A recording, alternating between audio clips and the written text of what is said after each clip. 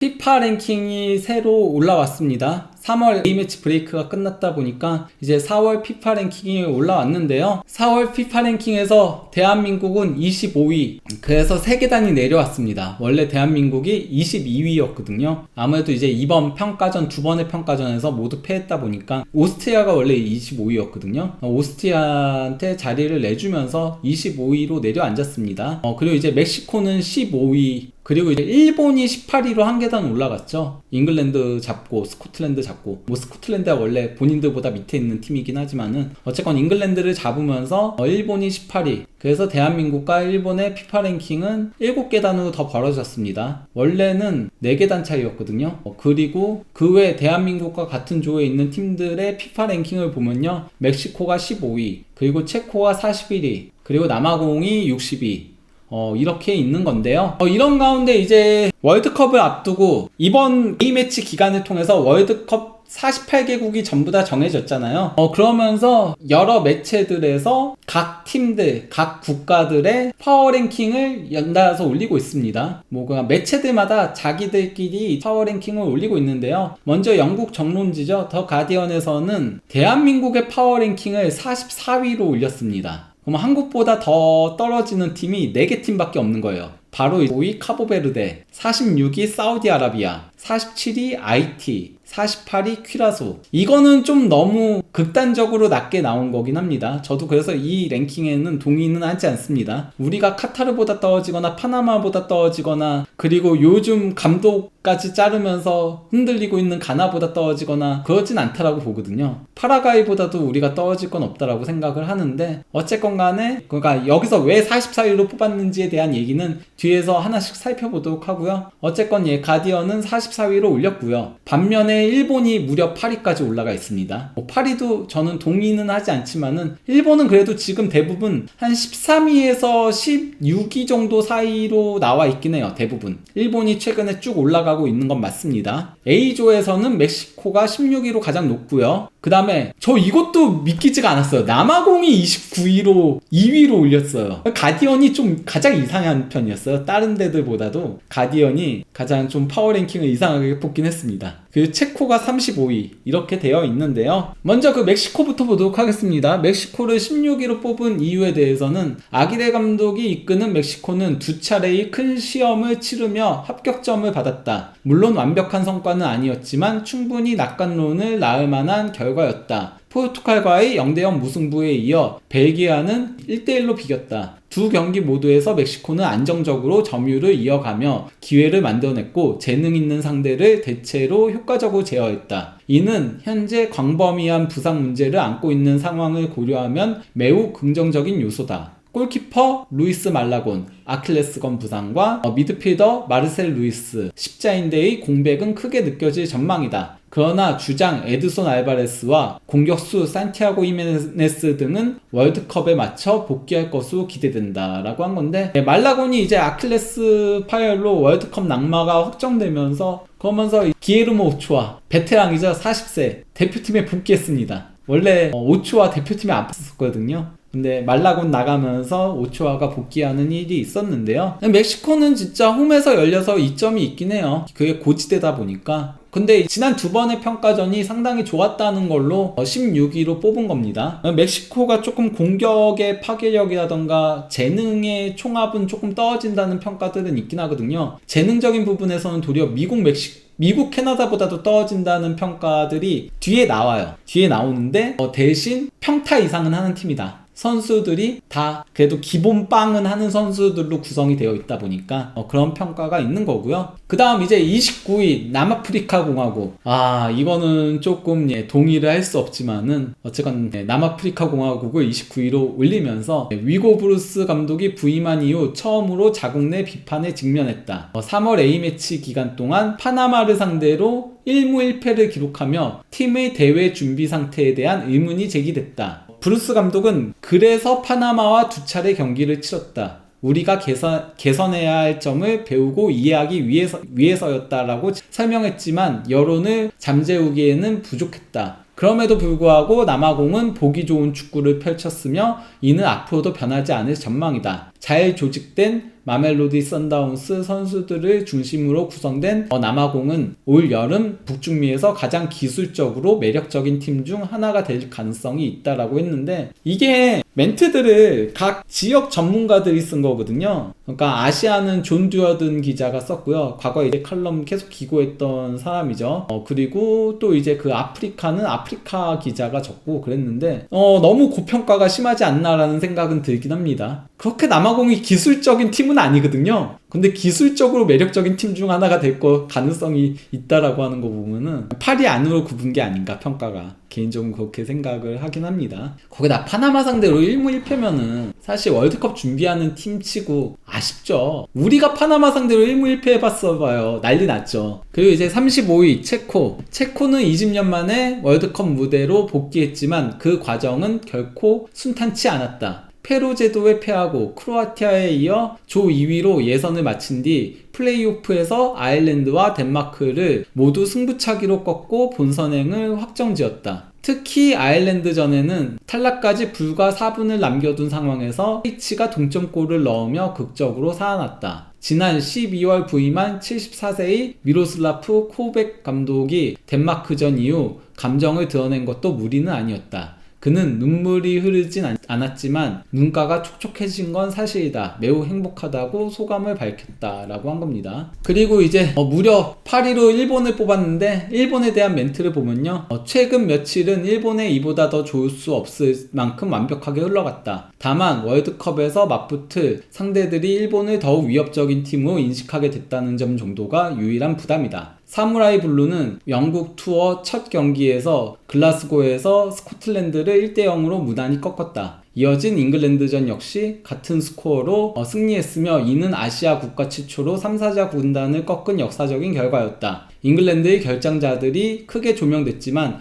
일본 역시 엔도 와타루, 미나미노 타쿠미, 쿠보 타케우사, 토미야스 타케히로 등 핵심 선수들이 빠진 상태였다. 조직적으로 잘 짜인 팀인 일본은 점점 더 존재감을 드러내는 다크호스로 부상하고 있다. 모리야스 하지메 감독은 승리해서 기쁘지만 아직 갈 길이 멀다. 더 강해져야 한다고 말했다 라고 한 건데요. 일본은 최근 상승세를 조금 주목해 본 걸로 보이긴 하죠. 그리고 대한민국을 이제 44위로 뽑은 이유에 대해서 열심히 적어놨는데요. 결국은 이제 전술 얘기인 거예요. 선수단 몇 명보다는. 그래서 내용을 보면요, 홍명보 감독은 손흥민의 선발 고정 여부에 대한 질문에 그 이야기를 하기에는 아직 이르다고 답했다. 최근까지는 상상하기 어려웠던 질문이다. 일단 시작부터 이렇게 나오죠. 손흥민에 대한 의심을 단 한 번도 한 적이 없다라는 분. 아무튼 그러면서 문제는 손흥민만이 아니다. 태극전사는 첫 경기에서 코트디부아르에 0대4로 완패하며 우려를 키웠다. 특히 소속팀에서 사용하지 않는 시스템을 적용한 새로운 3백 수비가 도마에 올랐다. 결국 전술 문제라는 거죠. 그러면서 이 같은 분위기는 홍 감독의 첫 대표팀 시기였던 2014년 월드컵을 떠올리게 한다는 지적도 나온다. 일부에서는 감독 교체를 기대하며 오히려 부진한 결과를 바라는 목소리까지 나왔지만 오스트리아와의 경기에서도 0대1로 패하며 A매치 기간을 마쳤다. 결국 공수양면에서 의문만 남긴 채 일정을 마무리한 것은 이 시점에서는 결코 바람직한 상황은 아니다라고 한 겁니다. 아무래도 듀어든 기자가 오랜 기간 한국에도 있었고 한국 기자들과도 잘 알고, 그러다 보니까 여론까지 알고 있는 거죠. 부진한 결과를 바라는 목소리까지 나왔다는 것도 국내 여론을 반영을 한 거고, 그리고 또 2014년 월드컵을 떠올리게 한다는 것도 그런 거죠. 그래서 이제 한국을 무려 44위로 뽑는, 너무 내려친 게 아닌가 싶긴 하지만은 어쨌건 간에 지난 A매치 결과들은 이런 평가가 나와도 이상하지 않을 정도로 문제를 많이 안겼다라고 할 수 있죠. 숙제도 많이 안게 됐고요. 그리고 이제 ESPN에서도 파워랭킹을 뽑은 건데요. 이건 미국입니다. 미국 ESPN은 원래 미국 매체니까. 근데 여러 팀들이 이렇게 쭉 있죠. 쭉 있는데 일본은 20위에 위치하고 있고요. 근데 그거 ESPN은 조금 일본을 낮게 치긴 했더라고요. 다른 데는 일본을 더 높게 보긴 하거든요, 대부분.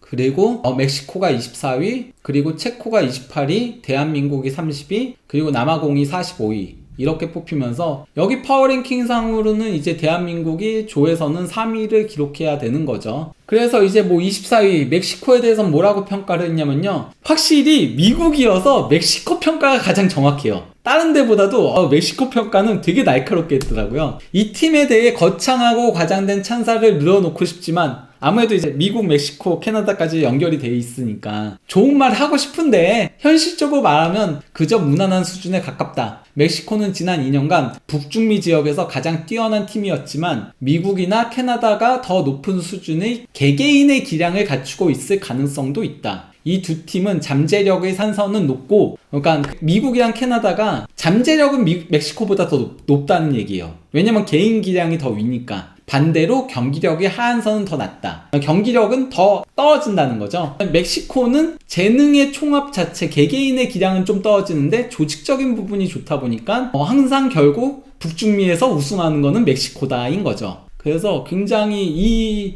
표현에 정말 동감을 했습니다. 실제 멕시코가 막 그렇게 스타 플레이어가 있는 것도 아니긴 하거든요. 우리 대표팀이랑 비교해도 스타 플레이어가 더 있거나 하진 않아요. 유럽 무대에서 뛰는 선수도 없고. 그런데 약점을 찾으라고 하면 또 약점을 찾기도 힘든 팀이죠, 이 팀은. 굉장히 조직적이고. 멕시코가 예전 같지 않은 거는 사실이죠. 왜냐면은 지난 월드컵 때 결국 16강 멕시코가 깨졌기 때문에. 그 전까지 항상 16강 팀이었는데 처음으로 깨졌잖아요. 계속 가다가. 그러면서 멕시코는 기본적인 경쟁력은 갖춘 팀이며 홈에서 경기를 치른다는 이점도 있는 만큼 최소한 조별리그 통과는 무난할 것으로 보인다. 그러나 그 이유는 어떨까? 결국 대진운에 크게 좌우될 가능성이 크다라고 하는데 저는 그 이유도 16강까지는 무난하게 갈 거라고 생각해요. 왜냐하면은 계속 멕시코에서 경기고요. 멕시코시티에서. 멕시코시티가 되니까. 그리고 1위로 올라갈 가능성이 높고 1위로 올라가면은 다른 조 3위랑 붙게 되니까 거기서도 이길 가능성이 높아서 16강까지는 최소 가지 않을까. 그래서 다시 16강 멕시코로 돌아가지 않을까 싶은 생각은 들긴 합니다. 그리고 대한민국에 대해서는 평가를 손흥민의 다양한 공격 옵션을 모색 중에 있다 하면서 대한민국은 예선에서 무패 행진을 이어가며 득점력도 뛰어났지만 33세의 손흥민에게 공격의 상당 부분을 의존해야 하는지에 대한 의문이 여전히 남아있다.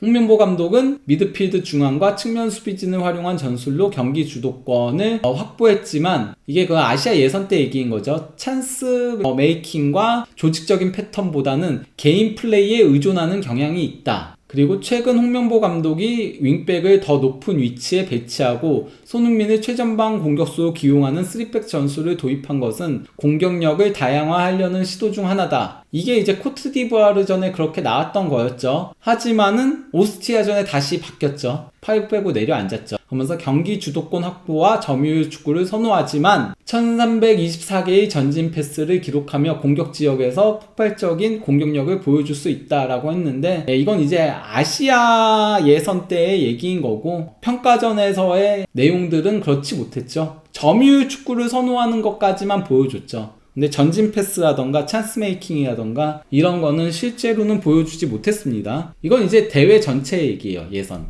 근데 이제 뭐 대한민국 대표팀의 파워랭킹을 다 낮게만 평가한 건 아니에요. 앞에 두 군데는 좀 낮게 평가를 했잖아요. 근데 대한민국을 높게 평가한 데도 있습니다. 바로 이제 디애슬레틱인데요. 디애슬레틱은 대한민국을 무려 16위로 뽑았어요. 상당히 높게 뽑았죠.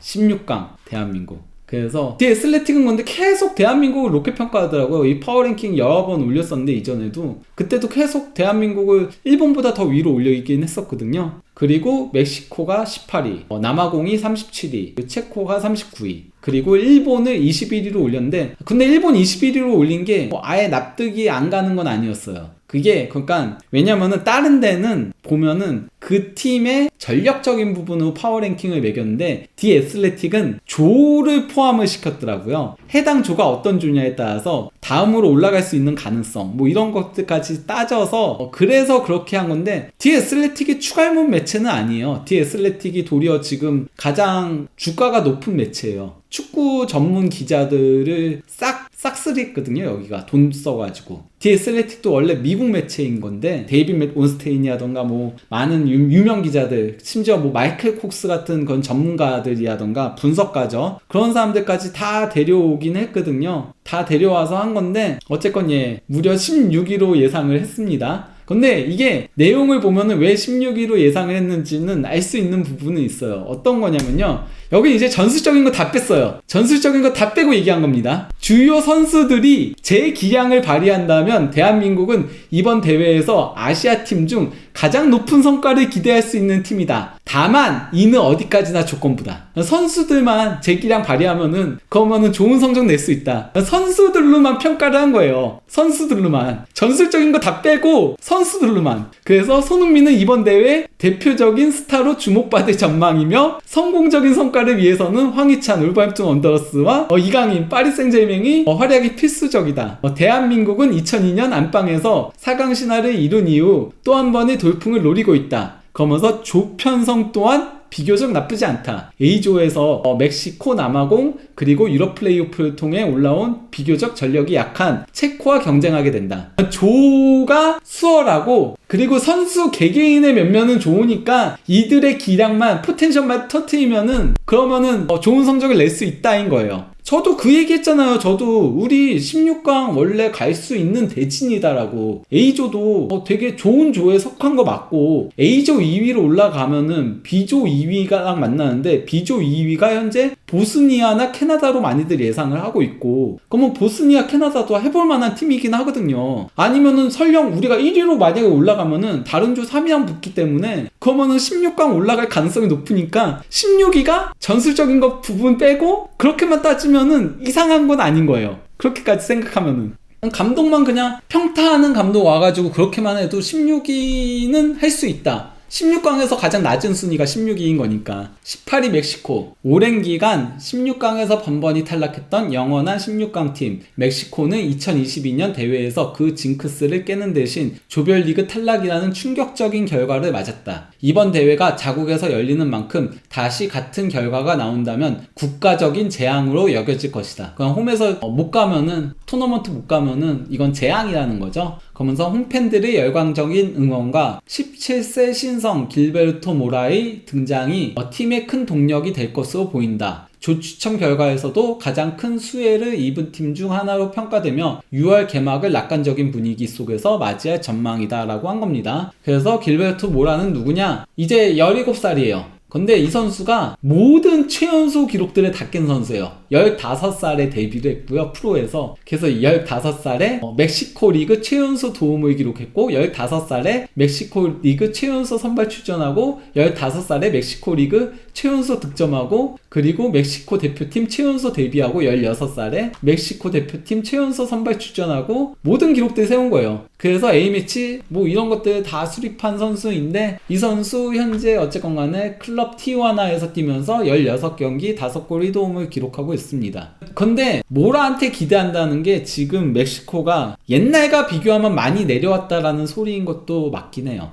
옛날에는 멕시코가 정말 공격 좋은 팀이었거든요. 그래서 항상 좋은 공격수들이 많았어요. 과거에는. 당장 지난 월드컵까지도 뭐 이르빙 로사노도 있고 그랬는데 지금 어쨌건 라울 히메네스도 물론 여전히 있어요. 이르빙 로사노 여전히 있고 라울 히메네스 여전히 있는데 이들이 내려왔다는 거죠. 정점에서. 그게 고민인 거죠. 그러니까 이 선수 16살, 17 이제 17 막 된 선수한테 기대를 해야 할 정도라는 겁니다. 그리고 이제 37위 남아공 해가지고 예선 성적만 보면 간신히 본선에 진출한 것처럼 보이지만 부적격 선수 출전으로 인한 승점 3점 삭감이라는 변수가 있었다는 점을 고려해야 한다.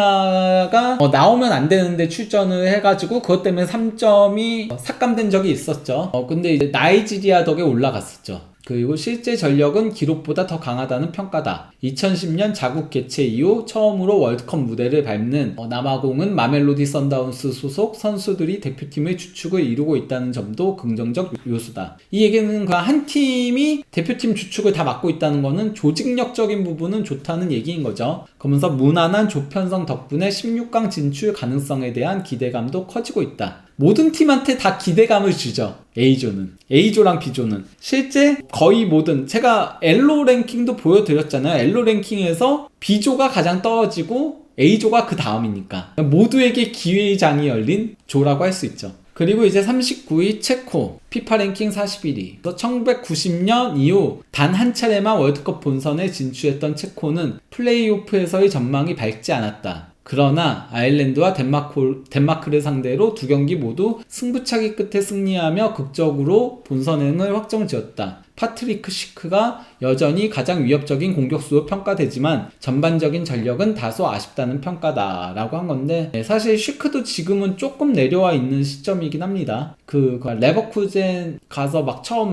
득점왕 경쟁하고 있을 때보다는 지금은 많이 내려오긴 했어요. 그때 유로 2024 때 공동 득점왕도 했었죠. 그때보다는 내려오긴 했습니다. 그리고 이제 일본에 대한 평가는 일본 21위 해가지고 개최국을 제외하고 가장 먼저 본선 진출을 확정지은 팀이다. 이는 일정상의 이점도 있었지만 최종 예선에서 10경기 동안 단 30점만 허용하며 압도적인 경기력을 보여줬다. 일본은 이번이 8회 연속 월드컵 본선 진출이지만 아직까지 16강 이상 올라가 본 적은 없다. 16강까지만 올라간 거죠. 그러나 이번 대회에서는 그 이상을 노릴 수 있는 충분한 전력을 갖췄다는 평가다. 순위보다는 평가가 훨씬 좋게 나와 있긴 해요. 근데 순위가 21위로 밀린 건 아무래도 조각 힘든 조다 보니까 그렇게 나온 걸로 보이긴 합니다. 기본적으로. 아무튼 디애슬레틱에서는 한국을 굉장히 높게 쳐줬다. 다만 한국을 높게 쳐줬을 때는 선수 개개인의 기량으로 평가를 한 거고, 반면에 이제 가디언은 한국을 44위로 평가를 했는데 그 이유는 전술적인 부분으로 평가를 했다. 그리고 ESPN도 30위로 평가를 했는데 여기서도 전술적인 얘기들이 많았다. 선수 개인한테 의존하는 경향이 크다라고 했다라고 보는 건데요.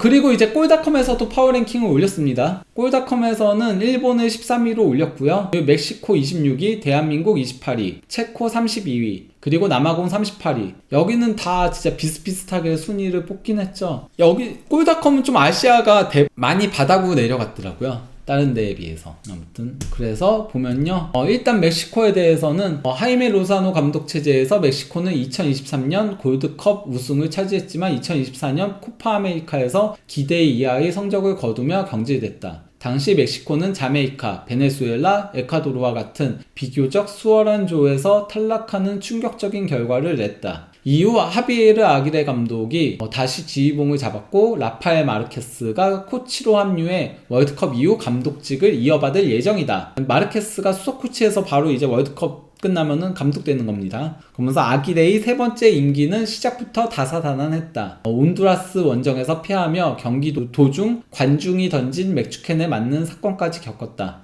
그러나 이후 반등에 성공해 네이션스 리그 우승과 골드컵 결승에서 미국을 2대1로 꺾는 성과를 냈다. 2025년에는 부진했지만 2026년 들어 3연승을 기록한 뒤 포르투갈과 벨기에를 상대로 무승부를 거두며 기대감을 끌어올렸다. 멕시코는 1986년 자국대회 이후 처음으로 8강 진출을 노리고 있다라고 한 겁니다. 이제 28위 대한민국의 이번 월드컵 진출은 전혀 놀라운 일이 아니다. 태극전사는 최근 10연속 월드컵 본선에 나섰으며 이번에도 무패로 예선을 통과했다. 마지막 경기에서는 쿠웨이트를 4대0으로 완파하며 본선행을 확정지었다. 다만 과정이 순탄하지만은 않았다. 이라크전 승리 이전까지 3경기 연속 무승부에 그쳤고 손흥민을 비롯한 일부 핵심 선수들의 고령화도 변수로 지적된다. 이게 그러니까 월드컵에서 토너먼트 연달아서 경기들을 치러야 되니까, 그러면은 이제 손민 선수도 이제는 만 나이로 33세고 이재성 선수도 그러니까 그 부분에 대한 지적인 거죠. 그러면서 그래도 우리 많이 바뀐 편이긴 해요. 예전 아시안컵 때랑 비교하면은 그래도 조금 세대 교체는 된 편이긴 합니다. 하지만은 여전히 손흥민, 이재성 같은 선수들의 의존도는 크다는 거는 지난 오스트리아전에서도 확인할 수 있었죠. 이재성 나오니까 압박 시퀀스 자체가 달라지거든요. 이재성 한 명이 압박에 가져다주는 효과가 굉장히 커요. 지난 오스트리아전. 우리가 물론 선수들도 더 이를 악물고 뛰었던 것도 있긴 하거든요. 오스트리아전에. 근데 이재성이 정말 위치 선점을 너무 잘해요. 아무튼 그러면서 홍명보 감독은 2023년 아시안컵 요르단전 충격적인 4강 탈락 이후 경질된 위르겐 클린스만의 뒤를 이어 팀을 재정비했으며 세대 교체 작업에도 착수했다. 하지만 최근 브라질과 코트디부아르에 당한 대패는 우려를 키우고 있다. 비교적 무난한 조편성을 받았음에도 불구하고 2002년 4강 신화를 재현할 가능성은 높지 않다는 전망이 지배적이다. 대부분 보면 이제 한국에 대한 순위가 딱 코트디부아르전 대패 이후 뚝 떨어진 걸 확인할 수 있어요. 사실 예전까지, 그러니까 이번 3월 평가전 있기 전까지는 대부분 파워 랭킹 나온 데에서 대한민국을 일본보다 조금 더 위로 봤었거든요. 3월에 두 팀에 이게 바뀌긴 했어요. 그리고 대한민국이 더 올라갔던 게 일본보다 더 잘해서가 아니라 조가 더 좋아서긴 했어요.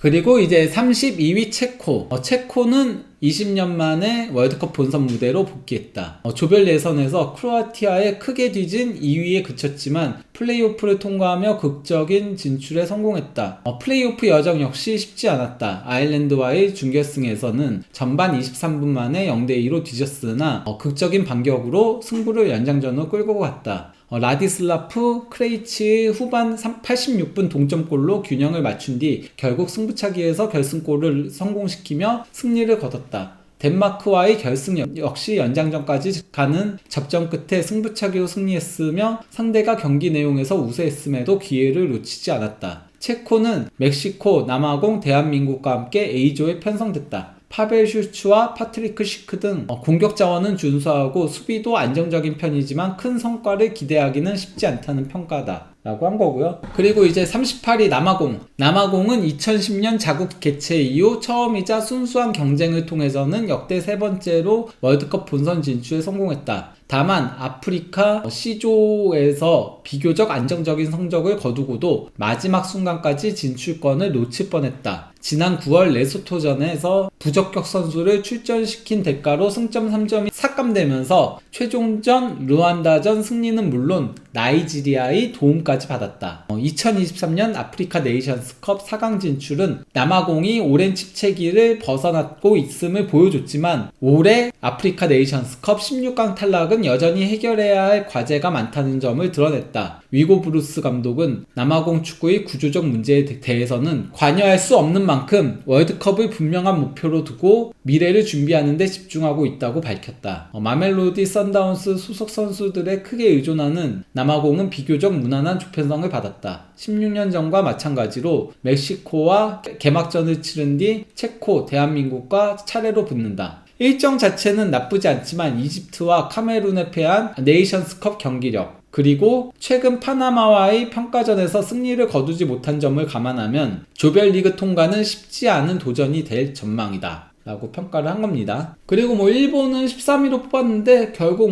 일본은 최근 유럽 원정에서 연달아서 승리 거둔 거, 특히 최근 유럽팀 상대로 7승 1무, 그리고 브라질도 컸고, 이런 것들이 굉장히 높게 평가를 받는 요소인 거죠. 그래서 일본이 대부분 다크호스로 평가받긴 해요. 실제 이제 그 소파스코어에서도 파워랭킹을 뽑았거든요. 이거는 이제 여기는 전체를 뽑진 않고 우승 후보랑 탑10이랑 거기에 도전하는 팀들을 뽑은 건데, 여기 보면은 탑10에 스페인, 아르헨티나, 프랑스, 잉글랜드, 브라질, 포르투갈, 네덜란드, 독일, 크로아티아, 노르웨이가 있고, 그리고 이제 10위 밖에서 도전에 나서는 다크호스들의 세네갈, 벨기에, 우루과이, 콜롬비아, 모로코, 일본이 있습니다. 이제 일본은 우승 후보까지는 아니더라도 우승에 도전할 수 있는 다크호스 정도로는 평가를 받고 있는 거예요. 좀 자존심이 상하는 일이긴 하죠, 한국인으로서. 근데 이런 평가를 받는 게 충분할 정도로 일본이 지금 좋은 성과들을 올리고 있는 건 맞습니다. 거기에는 축구협회부터 그리고 이제 감독의 일관성에 이르기까지 여러 면에서 노력을 기울였던 게 크죠. 시스템이 잘 갖춰져 있고 거기에 괜찮은 감독을 믿고 쭉 가주니까 성적이 자연스럽게 따라온다라고 볼 수 있겠습니다.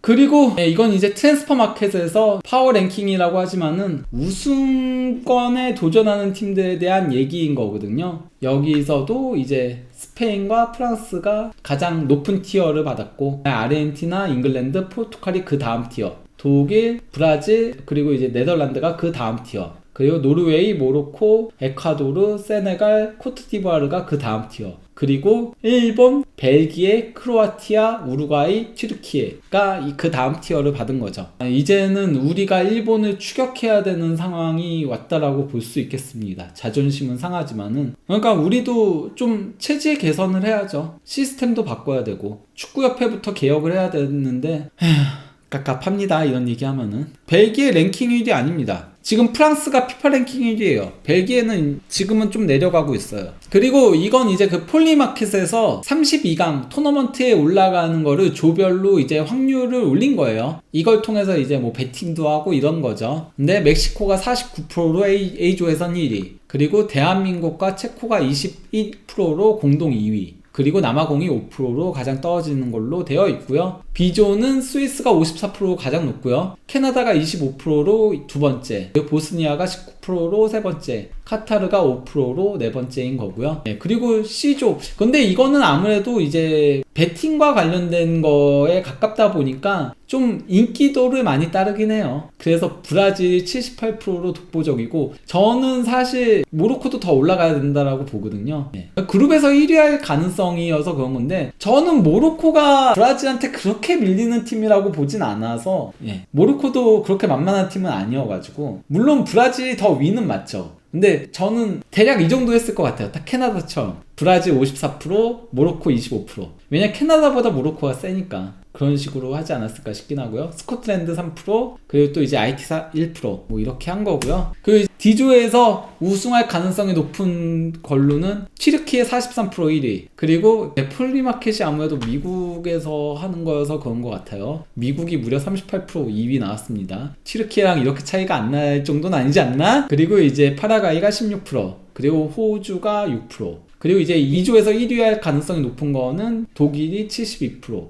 에콰도르가 19%. 저는 이거 동의하지 않습니다. 여기 3강이 다 만만치 않아요. 예. 여기 독일 1위 전통의 강호긴 해도 에콰도르, 코트디부아르 절대 만만히 볼 수 없습니다. 예. 어쨌건 그래도 재미로 보는 거니까 에콰도르 19%, 그리고 코트디부아르 8%, 그리고 키라소 1%, 그리고 F조는 네덜란드 59%, 일본 26%. 확실히 일본이 많이 올랐죠. 일본을 그러니까 F조 1위를 할 거라고 보는 거예요. 26%가. 죽음의 조에서 스웨덴도 있고 튀니지도 있는데 죽음의 조에서 26%니까 우리 21%랑은 다른 거죠. 1위 가능성에 대해서. 이게 뭐가 뭐 일반적인 조였으면 모르겠지만은 죽음의 조니까. 우리 조에서 26%만 몰라도. 그리고 이제 G조에서는 벨기에 1위 확률 70%, 그리고 이집트 20%, 이란 4%, 뉴질랜드 3%, 그리고 또 이제 그 H조에서는 스페인 79%, 우루과이 16%, 사우디아라비아 4%, 카보베르데 2%.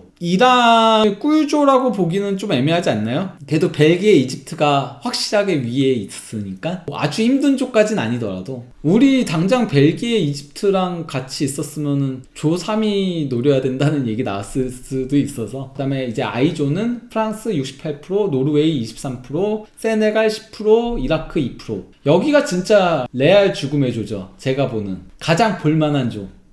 프랑스, 노르웨이에 세네갈까지. 이라크는 죽었다. 제2조에서는 아르헨티나가 77% 1위 확률, 그리고 이제 오스트리아가 18%, 알제리가 4%, 그리고 요르단이 1%로 나왔는데 여기 의외로 혼전 나올 수 있다라고 봅니다. 요즘 아르헨티나 준비하는 거 보면 조금 걱정돼가지고 여기 아르헨티나도 은근. 그리고 오스트리아도 만만한 팀은 아니고 알제리도 만만한 팀은 아니고 뭐 그렇습니다. 그리고 이제 K조는 포르투갈 64%, 콜롬비아 32%, 콩고 민주공화국 3%, 그리고 우즈베키스탄이 2%. 여기가 사실 딱 2강 이야기 조금 명확하게 나뉘는 쪽이긴 한데, 근데 뭐 콩고 민주공화국이 수비는 좀 강한 편이어가지고 그건 지켜봐야 될 것 같긴 하고요. 그리고 이제 마지막 L조에서는 잉글랜드 75%, 크로아티아 18%, 가나 7%, 그리고 파나마 3%인데 가나는 지금까지 하는 거 보면은 정말 많이 떨어질 가능성이 높은 팀이긴 하죠. 근데 잠재력은 사실 훨씬 높은 팀인데 가나가 감독만 잘 데려오면은 더 올라갈 수 있는 팀인데,